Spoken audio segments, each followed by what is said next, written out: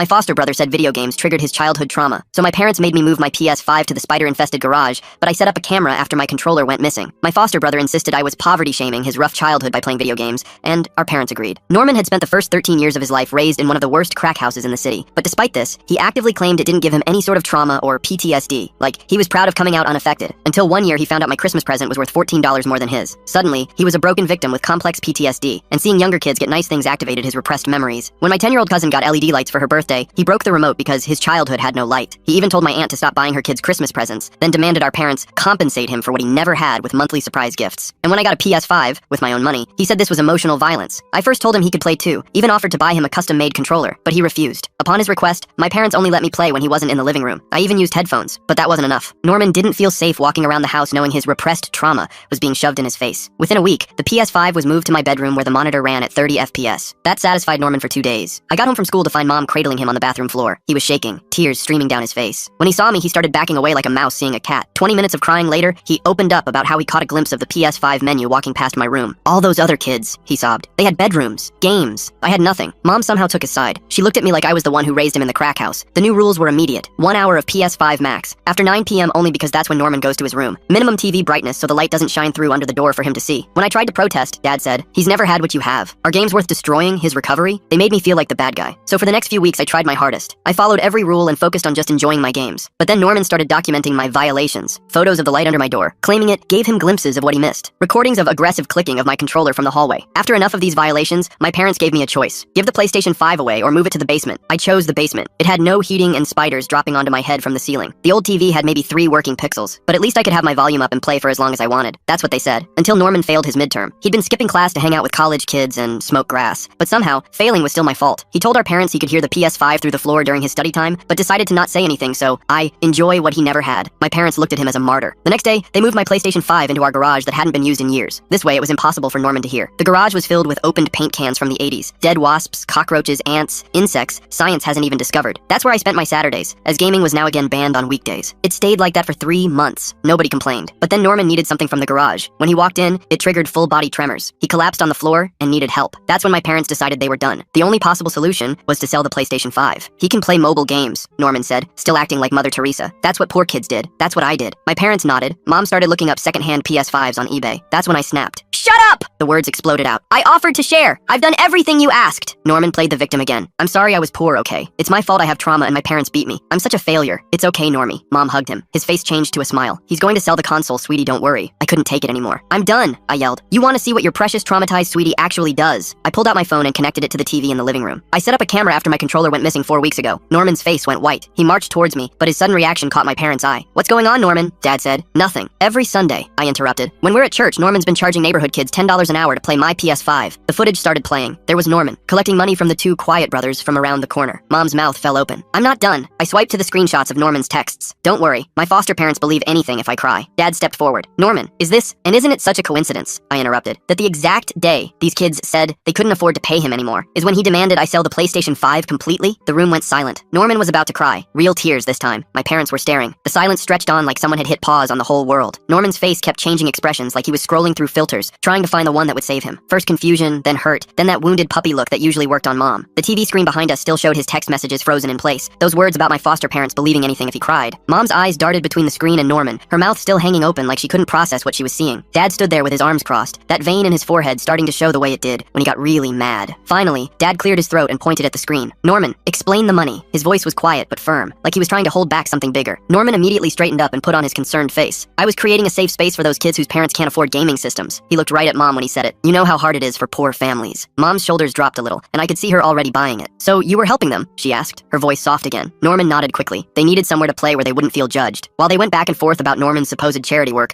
I walked over to the TV stand and unplugged my PS5. The power cord came out with a satisfying click. Norman's eyes tracked my movement, but when he started to say something, Dad held up his hand. "We need to pause everything and have a proper family discussion." I tucked the console under my arm and pulled out my phone, changing all my PlayStation passwords right there in front of them. Norman took a step toward me, but Dad blocked him. "Give him space, Norman." Norman. Mom looked between all of us, and then announced in her teacher voice that nobody would be playing any games until we sorted this out as a family. The unfairness of it burned in my chest, but I knew arguing would just make things worse. I nodded and headed for the stairs with my PS5. "This isn't over," Norman called after me. In my room, I immediately opened my laptop and started uploading everything. The video files went to Google Drive first, then Dropbox, then OneDrive. My hands shook a little as I created folder after folder labeled with dates and descriptions. The screenshots of Norman's texts got their own folder. The video of him collecting money got another. I even sent copies to Dad's email with the subject line, "Evidence, do not delete." An hour later, Norman knocked on my door with that fake gentle knock he did when Mom was listening. "Can we talk?" he asked through the door. I opened it but didn't let him in. He had his sad face on again. I was actually monitoring those kids to make sure they played age-appropriate games. His voice was steady, like he'd practiced this. I was planning to tell Mom and Dad about the money and donate it all to charity for underprivileged youth. I just stared at him until he shifted uncomfortably. "You don't believe me," he said. I kept staring. "Fine, be that way," he muttered, and walked away. Later that evening, I heard Dad on the phone in his office. He was calling the parents of the two brothers from our street, asking about Norman's gaming sessions. His voice was professional, but I could hear the embarrassment underneath. I sat at the top of the stairs listening, but couldn't make out the responses. No reply came that night, which made my stomach twist. At dinner, Mom didn't even mention the money or the exploitation. Instead, she went on about how I'd violated Norman's privacy by setting up a hidden camera. "Privacy is sacred in this house," she said while passing the mashed potatoes. "We don't spy on family members." I wanted to remind her about Norman's photos of light under my door and his recordings of my controller clicking, but I just pushed food around my plate. Norman sat there looking victimized, occasionally sighing dramatically. Dad stayed quiet, cutting his chicken into smaller and smaller pieces. "You could have just talked to us," Mom continued, "instead of this ambush." The word ambush made my jaw clench, but I kept eating in silence. After dinner, I went back to my room and texted my friend from the school everything that had happened. I needed someone outside this house to tell me I wasn't crazy. Their response came fast with a string of shocked emojis and then real words about how messed up the whole situation was. "Norman's playing quite the game here, isn't he? Those tears about seeing all those other kids with bedrooms sounds rehearsed when he's charging those same kids money to play the PS5 he supposedly can't bear to see. They offered to let me crash at their place if things got worse. Just knowing I had somewhere to go made the walls feel less like they were closing in." The next morning, I woke up to my phone buzzing with notifications. Norman had posted on social media about being ambushed and betrayed by family who should support each other through difficult times. The post already had dozens of comments from kids at the school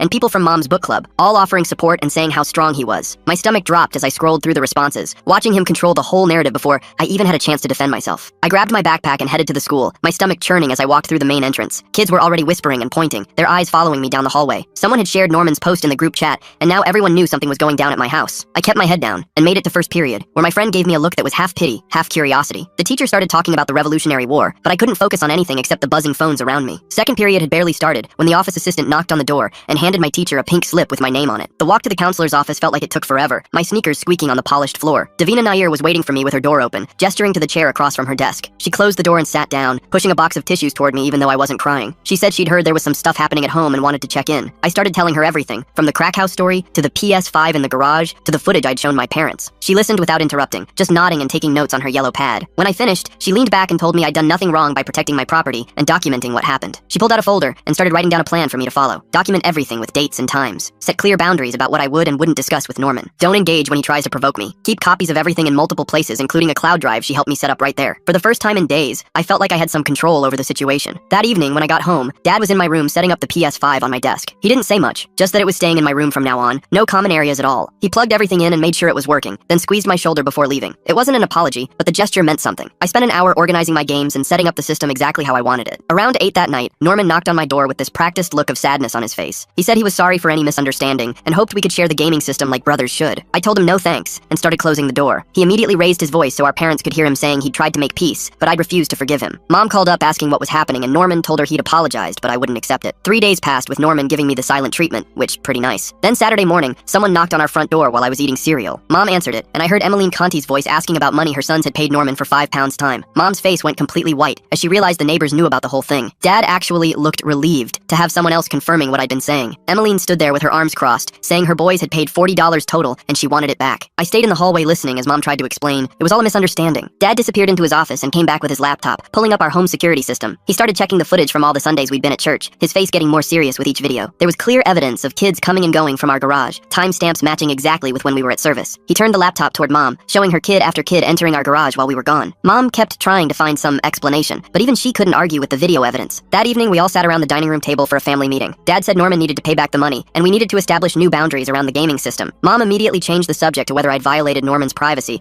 by recording him without permission. She went on about the ethics of surveillance and how I'd broken trust in the family. I was too tired to even argue anymore, and just sat there while she talked. Norman sat there looking victorious while Mom defended him. The next day, I went to the electronics store and bought a small lockbox for my controllers and cables. I gave Dad the combination, but nobody else, setting it up in my closet where I could lock everything away. Norman saw me carrying it upstairs and called it aggressive behavior. I just shrugged and kept walking to my room. That night, my phone buzzed with with a long text from Norman about how I was destroying the family. He said I should delete all the footage for everyone's sake and stop trying to turn our parents against him. I didn't respond, but I did screenshot his message and add it to my evidence folder that Davina had suggested I keep. The manipulation was so obvious when you really looked at it. Sunday at church, we were standing in the lobby after service when Cordelia Bruno walked up to Mom. She asked about all those kids she'd seen going in and out of our garage last week when she was walking her dog. Mom's face turned bright red as she realized the whole congregation might know about this. I felt bad seeing her embarrassed, but also frustrated that public shame mattered more to her than Norman's actual behavior. The next week, Elise Aurora showed up for Norman's regular social services check-in. She had this thick folder with Norman's name on it and a clipboard full of forms. Dad cleared his throat when she asked if there were any concerns to discuss. He actually brought up the PS5 situation, which made Norman's face go pale. I sat on the couch watching Elise write down everything Dad said about the garage rental scheme and the money Norman collected from the neighbor kids. Her pen moved fast across the paper, while Norman kept trying to interrupt, but she held up her hand to stop him. Mom sat there looking uncomfortable as Dad explained how Norman had been manipulating the situation for months. Elise pulled out a different form and started creating what she called a behavioral contract. She wrote down specific rules about respecting other people's property and not taking money from minors. The part about Norman having to pay back the $40 to each kid got underlined twice. Norman nodded along while she was there, but I could see his jaw clenching. She made him sign the contract and gave copies to both my parents. Mom barely looked at hers before folding it up. After Elise left, Norman immediately started making excuses about having no money. Dad suggested he could get a part-time job at the grocery store that was hiring. Norman put his hand on his chest and said working would interfere with his trauma recovery process. The excuses just kept coming like a broken faucet that wouldn't stop dripping. Eden texted me that afternoon,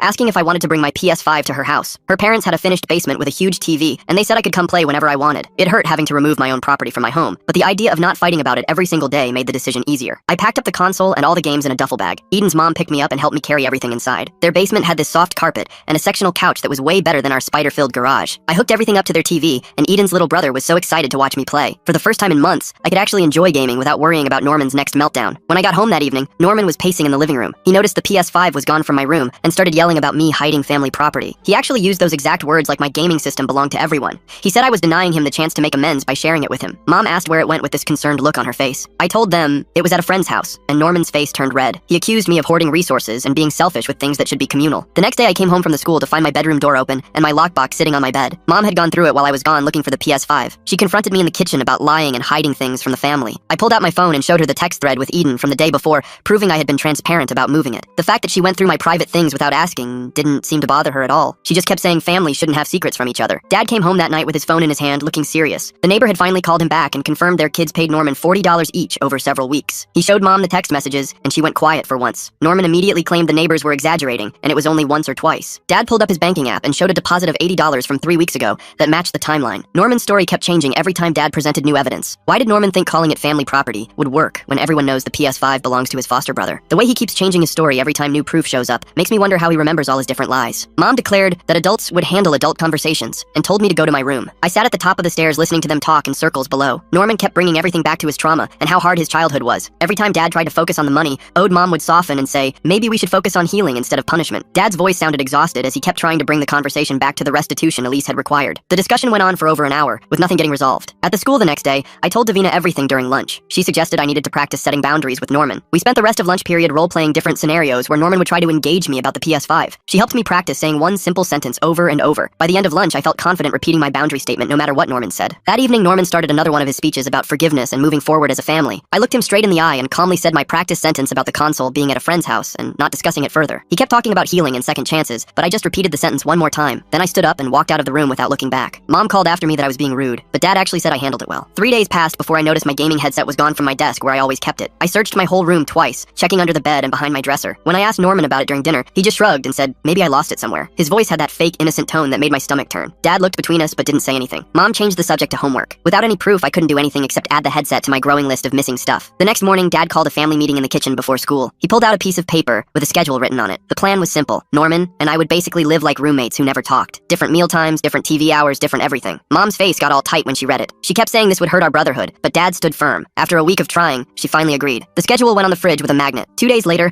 Elise showed up for her follow-up visit with a thick folder of papers. She spread them out on the dining room table like she was planning a battle. There were behavior logs, boundary lists, and a payment plan for Norman to pay back the neighbors. Her voice got serious when she told Mom that more problems could mean Norman gets moved somewhere else. Mom's hands started shaking as she signed the papers. That weekend, I heard Norman stumbling up the stairs at 3 in the morning. His eyes were red and glassy when he passed my door. The smell of weed followed him down the hallway. Dad wanted to drug test him right away, but Mom started crying about how stressed Norman was. She said testing him would be kicking him while he's down. I went back to my room and put in my earbuds. Monday afternoon, Dad's phone buzzed during dinner with a text from Emmeline. She said if she didn't get her money by Friday, she was taking us to small claims court. Mom's fork dropped onto her plate with a loud clang. Her face went white as she kept asking what the neighbors would think. Norman started his victim act again, saying everyone was ganging up on him. His fake tears rolled down his cheeks. Dad rubbed his temples and stood up from the table. Thursday night, Dad wrote a check from our family savings to pay back all the neighbors Norman stole from. $800 total. Money that was supposed to be for our vacation. He told Norman he'd work it off doing chores, but we all knew that would never happen. The unfairness made my chest feel like it was squeezed. I had to leave the room before I said something I'd regret. Friday evening, Norman called our aunt while Mom was making dinner. I could hear him through the wall, crying about how mean everyone was being to him. 20 minutes later,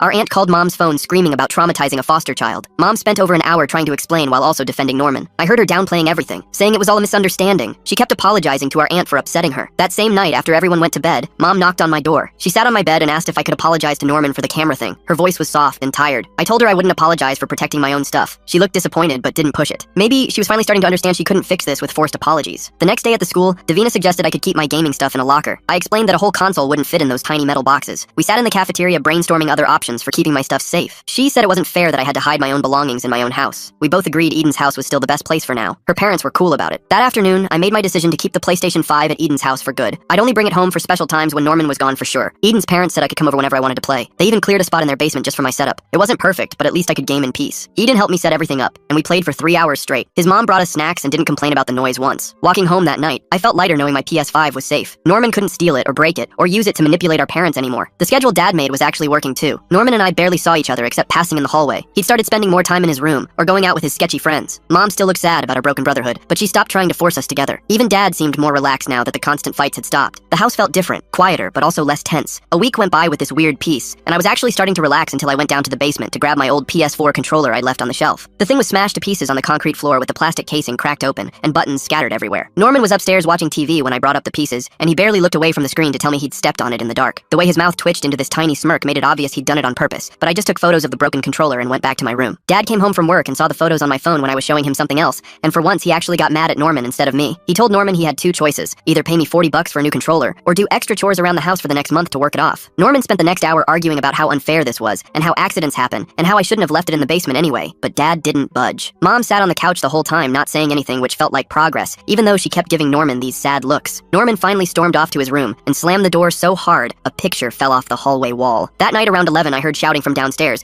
and then this huge crash that shook my whole room. I crept to the top of the stairs and saw a fist-sized hole in the hallway wall with drywall dust all over the floor. Norman was sitting on the ground with Mom holding him and rubbing his back while he fake cried about how nobody understood him and how the chores were triggering his trauma. Dad stood there looking completely defeated, and I could tell he'd already given up on making Norman follow through with anything. The next morning, Dad was up early patching the hole with spackle while Norman slept in until noon. I stayed in my room most of the day, grateful for the lock on my door that I'd installed myself after Norman kept barging in without knocking. Elise showed up on Tuesday after Mom called her about the wall incident and had a long meeting with my parents in the living room while Norman sulked in the kitchen. She decided Norman needed anger management sessions twice a week starting immediately, and he threw another fit about how therapy was making him worse, not better. The first session was Wednesday, and he came back telling everyone the therapist was an idiot who didn't understand real trauma. By the second session on Friday, the therapist called my parents with concerns about Norman's resistance to treatment, but said they'd continue trying. Sunday, we went to church like always, and Cordelia pulled Dad aside after the service to tell him she'd seen Norman behind the grocery store Thursday afternoon, smoking weed with some high school kids who were known troublemakers. Dad's face went completely still when she told him, and I could see him finally starting to realize the Norman problem went way deeper than just the PS5 situation. On the drive home, nobody talked, and Norman kept asking what Cordelia wanted, but Dad wouldn't answer. Monday morning, my parents sat us both down for new house rules, but they were only for Norman, not me. No phone after 8 p.m., no going out without telling them where, no friends over without permission, and Mom would check his room every day for contraband. Norman screamed about discrimination and how they were treating him like a criminal, but the rules stuck. Mom started her daily room checks that same day and kept finding stuff like empty beer cans and cigarette packs that she'd throw away without saying anything. Norman saying he stepped on it in the dark when that controller was clearly smashed on purpose? That little smirk tells me everything I need to know about what really happened down in that basement. Tuesday afternoon, Eden's mom called me worried about keeping my PS5 at their house much longer because they were concerned about liability if something happened to it. She gave me 2 weeks to find another solution, and the stress of constantly having to protect my own property was wearing me down. I spent hours researching storage units and safe deposit boxes, but everything cost money I didn't have. Wednesday night, I seriously thought about just selling the PS5 to end all this drama once and for all. Part of me knew that would be letting Norman win, but I was so tired of fighting for something I'd bought with my own money. Dad found me looking at resale prices online and sat down next to me without saying anything for a while. Then he told me he understood whatever choice I made and that sometimes peace was worth more than being right. Something about him saying that made me decide to keep fighting for my property because giving up felt like betraying myself. Thursday went by without any major incidents, but Friday afternoon, Dad asked me to not play any games this weekend to let tensions cool down. I agreed, even though it wasn't fair, because I could see he was trying to manage an impossible situation with Norman getting worse every day. Norman was listening from the hallway, and I saw him smirk when Dad said I couldn't game, like he'd won some kind of victory. Saturday morning, I woke up to crashes coming from the garage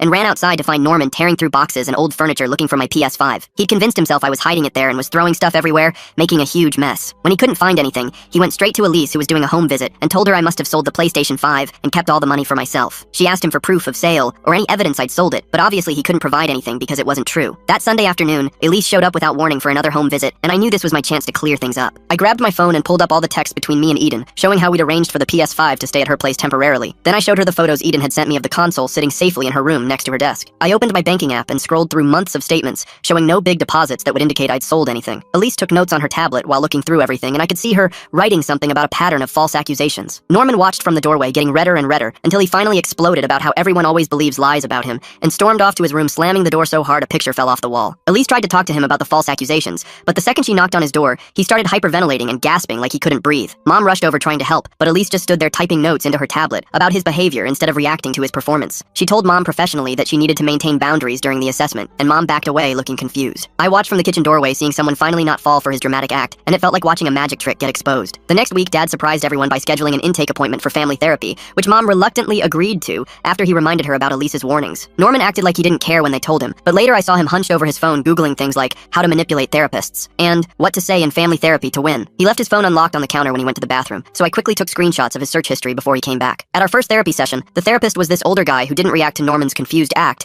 when he assigned homework, including keeping separate spaces in the house and tracking restitution progress. Norman kept asking why any of this was necessary and acting like he didn't understand, but the therapist just repeated the assignments without engaging with his deflections. The new house rule they established was that my PS5 had to stay off-site, and Norman couldn't contact any neighborhood kids under 16, which wasn't perfect, but at least it was officially documented. Mom signed the agreement, looking like someone had died, while Norman made a big show of signing with theatrical reluctance and heavy sighs. Within 3 days, Norman had already broken the rule by texting the quiet brothers about hanging out, and Dad actually followed through by taking his phone for a whole week. Mom tried to protest, saying it was too harsh, but Dad reminded her about Elise's warning that Norman could be moved to a different placement if things didn't improve. Norman went completely silent and cold after that, which was somehow scarier than his usual dramatic performances, because you never knew what he was planning. He used his laptop to post on social media about his abusive household and how his foster family was treating him like a prisoner, but the comments section turned into a roast session. Kids from the school who knew the real story started commenting about how he'd been charging money for the PS5 and lying about everything. The public humiliation seemed to affect him more than any punishment we'd tried, because he deleted the post within an hour, but screenshots were already being shared in group chats. One evening when I was doing homework, Norman came into my room and offered what seemed like a genuine apology, saying he knew he'd been difficult. I thanked him, but kept my distance and didn't engage much because I couldn't tell if this was real or just another strategy to get something. He looked hurt when I didn't immediately forgive him and trust him again, but after everything that had happened, I couldn't afford to let my guard down. That weekend, I packed up the PS5 and brought it to Eden's house for a game night with friends, and it felt amazing to just play normally without any drama. We played for hours without worrying about volume or time limits, or someone having a meltdown about childhood trauma. I realized this might be how things would have to be from now on,